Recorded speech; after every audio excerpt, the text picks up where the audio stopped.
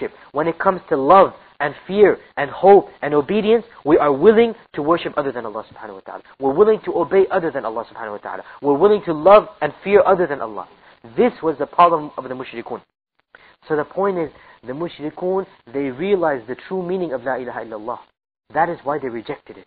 Unfortunately, many Muslims today, they don't realize the meaning of La ilaha illallah. So they're going to say, we're Muslims, we say La ilaha illallah, yet they're going to worship others than Allah. They're going to worship graves, they're going to worship religious saints, religious leaders. They're going to blindly follow people that are misleading and misguiding them.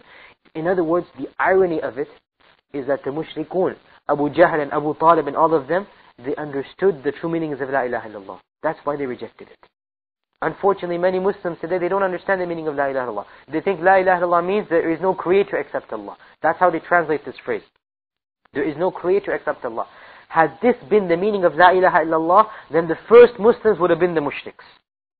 Had this been the meaning of La ilaha illallah, then Abu Jahl would be the first to accept the religion of the Prophet Muhammad sallallahu alaihi wasallam. Why? Because they accepted that there is no creator except Allah.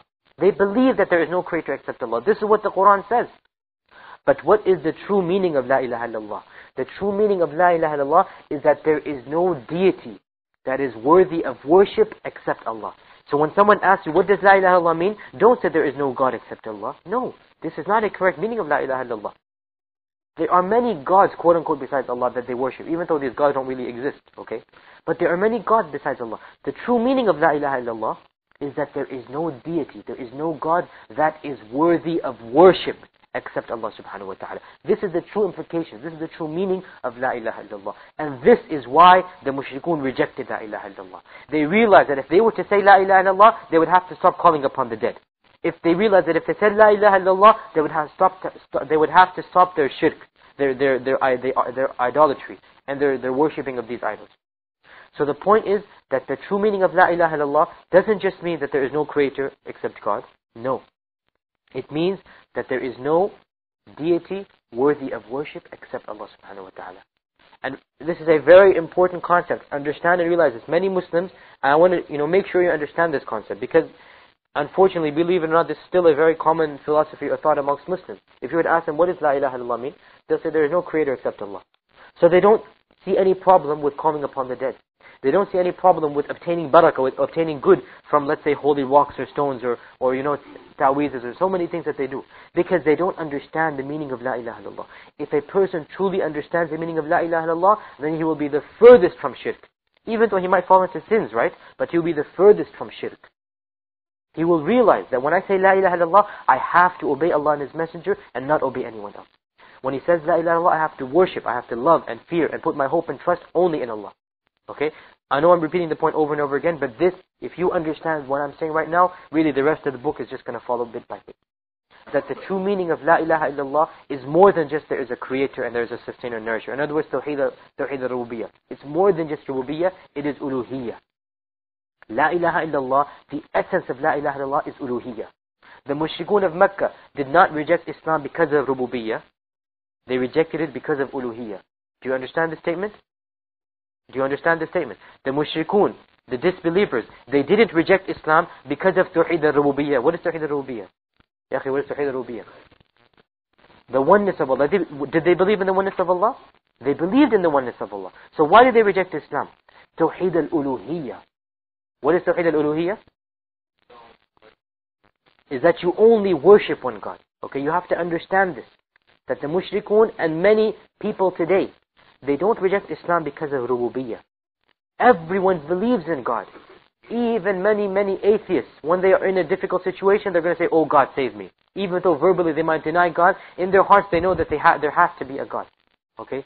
Even many atheists, when they're in a difficult situation, they're going to pray out, oh God, save me from this. This is human fitrah. You cannot deny the existence of God unless you really and truly pervert your fitrah, your human nature. But what they reject is that we have to worship only God. This is why the Christians, they go through Jesus Christ and they say, we seek to come closer to Allah. And the Hindus, they go through their gods and they say, these are only minor gods. We're going through these minor gods to get to the major God. Okay? So if you understand this one concept, and you look around you to so many Muslim people today, so many Muslim cultures today, you will realize that unfortunately many Muslims, they don't really understand La ilaha illallah. And like we said, the irony is that Abu Jahl understood La ilaha illallah. Abu Jahl, The one who is one of the worst mushrikeen of the time of the Prophet ﷺ, he understood La ilaha illallah, and that is why he rejected it. And yet many Muslims, they don't understand La ilaha illallah. So they say La ilaha illallah, and they quote unquote defend it, but you find them worshipping graves, you find them calling upon the dead, you find them exalting their, dead people and their worship and their obedience to them, and so on and so forth. And these chapters, or these aspects, we're going to come to inshallah later on. Now, chapter number 7, to wear a ring, twine, or anything similar to them for the prevention or lifting of harm or affliction is an act of shirk. Okay, now we get to the actual, if you like, pieces of the book. So far it was just an introduction. Over and over and over again we're emphasizing Tawheed. Why is Tawheed so important? Why should we call it Tawheed? Why is shirk so dangerous? Okay, and if everyone understands the introduction, every other chapter is just going to fall into easy place. You're not going to have any problems understanding the rest of the chapters. Okay, these introductions, my was getting a bit hot. These introductory chapters, okay, if you were to understand them, then everything else falls into place. Right now, after this, from chapter 7 onwards to the end of the book, we're going to discuss various concepts now, one by one by one. Okay, the introduction we're over with, and now we get to the first chapter, and that is amongst shirk is wearing some type of amulet, some type of charm, some type of ring, some type of anything. Something that you wear it, and you think that it's either going to cause you any good, or it's going to cause harm to be expelled from you. Okay? So there are two things now here. Okay? People, they wear their ta'weezes or their things, they wear them for one of two reasons or for both reasons. They either say that this thing that I wear, this ring that I wear, or this necklace that I wear, or this bracelet, or this amulet, or this charm that I wear, it will either cause me good, either, in other words, a good luck charm. What is it? A rabbit's foot and a horse's shoe and horseshoe and all of these other things that are common in the Christian culture. And the Muslims, they have their own equivalent, Or they believe that it's going to save them from any evil. If I put on the Ayatul Kursi on my little child and I put something here, then the jinn is not going to come to them, or the evil eye is not going to. They put on something and they believe that this is going to save them from any harm or evil.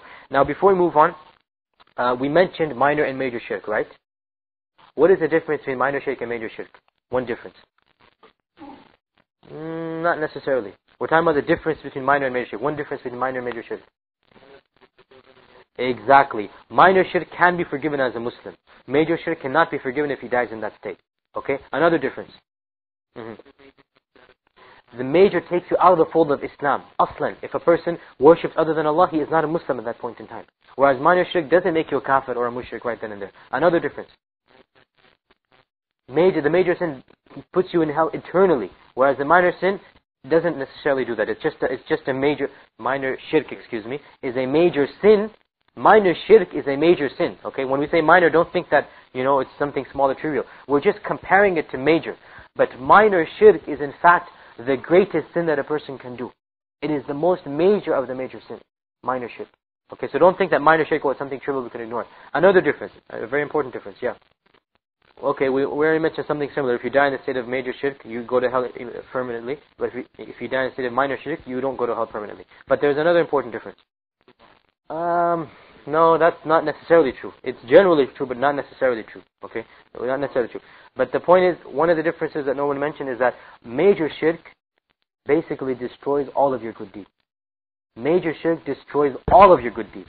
So if a person calls other than Allah, right, or he worships other than Allah, like we said, doesn't matter how many good deeds he did, how many orphanages he built, how much money he gave in charity, how much fasting, everything is gone. It's down the drain, flush it down the toilet. That's it. No benefit to his good deeds. Understand that.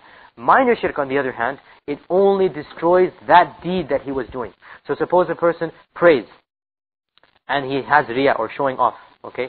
It doesn't destroy his other prayers before and after that. It only destroys that one prayer. This is a very important difference. Now, the reason I'm mentioning this is that many concepts that the author is going to mention, it is possible that it's major shirk and it's possible that it's minor shirk. It all goes back to the intention. So if a person wears an amulet or a charm or a bracelet, and he believes that that object in and of itself will cause him good or save him from evil, this is major shirk. This is major shirk. Okay, let's finish the chapter. We're a bit, pressed for time. This is major shirk which expels him from the fold of Islam.